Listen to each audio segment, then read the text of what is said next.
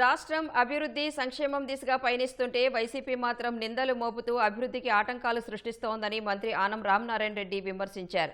నెల్లూరులో జరిగిన అభివృద్ధి కార్యక్రమాల ప్రారంభోత్సవంలో పాల్గొన్న మంత్రి వైసీపీ నేతల తీరుపై ఆగ్రహం వ్యక్తం చేశారు. వైసీపీ నాయకుల కుట్రలను ఎదుర్కొంటూ రాష్ట్రాన్ని ఆధ్యాత్మిక కేంద్రంగా మార్చేందుకు కృషి చేస్తున్నామన్నారు. జువ్వలదిన్నెలో ఫిషింగ్ హార్బర్ ఏర్పాటు చేసి పరిశ్రమలు స్థాపిస్తుంటే హార్బర్ను అమ్మేస్తున్నట్లు వైసీపీ నాయకులు లేనిపోని విమర్శలు చేయడం దారుణమన్నారు.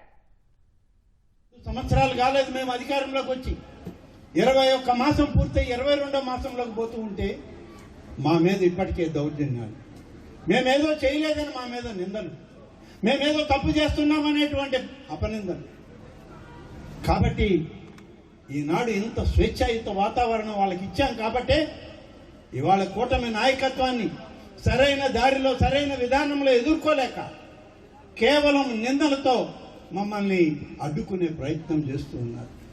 జువ్వలదిన్న ఫిషింగ్ హార్బర్లో మత్స్యకార కుటుంబాల అభివృద్ధి కోసం అక్కడ జువ్వలదిన్నలో ఫిషింగ్ హార్బర్ పెడితే అక్కడ ఒక మంచి పరిశ్రమను తీసుకొచ్చి నారా లోకేష్ గారు స్వయంగా వచ్చి దానికి శంకుస్థాపన చేస్తే ఆ పూర్తే అమ్మేస్తున్నామని చెప్పి నిన్న వైసీపీ నాయకులు మాట్లాడారంటే ఇది సిగ్గుతో తలదించుకోవాలి.